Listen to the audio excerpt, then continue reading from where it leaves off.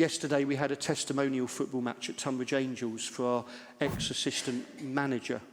He'd been there 11 years and we celebrated it. He said, you can manage one of the teams. Let's see if you can do it. You give it the big talk. So he gave me 16 players. My central defenders were 39 and 40 years old. All of his team were pretty much in their 20s and early 30s. Surprise.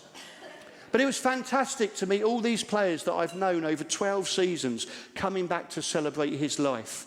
And when we were in the change room, they said to me, you're going to do a team talk? So I did a team talk for them. And then when we were just about to go out, one of them went, you're going to pray? Went, yeah. They went, yeah, pray. You do that. I said, OK, let's pray. And so we prayed. I was corrected by one of the players. And they said to me, there's an extra kit. Why don't you put that on? You can come on in the game. And I said, I'll put it on, but I probably won't come on. And so we were losing 2-1.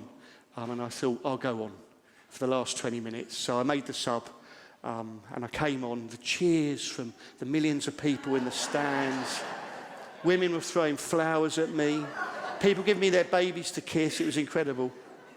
I came on. And they scored immediately to make it 3-1. And the guy next to me, he went, come on, we're in this game. I went, I know, Pingu. And then he scored and made it 3-2. And I thought, we're really in this game now. There's 15 minutes left. And then Parky brought on his son, a 4-year-old called Louis.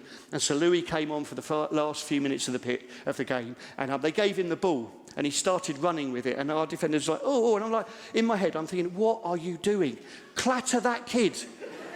We're in this game. Smash him at the knees, take him out of the game, and we can get this goal. Come on. And they let him score 4-2. I was livid. I went, well done. Yeah, great. Brilliant for you. And so they got the ball back to the centre circle and they said on their team, why don't we let the Vic, why don't we let the Rev, why don't we let Neil score?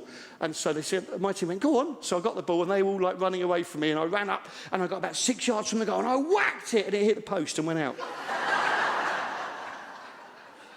They were laughing. People in the crowd were singing something derogatory.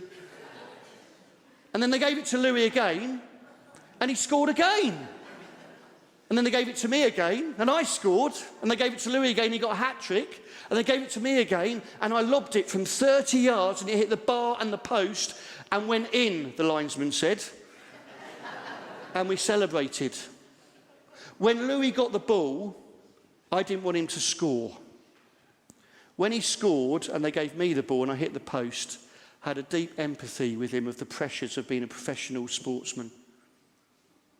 And when he scored his second one, I really clapped because I wanted him to score, because I knew it meant a lot to his family.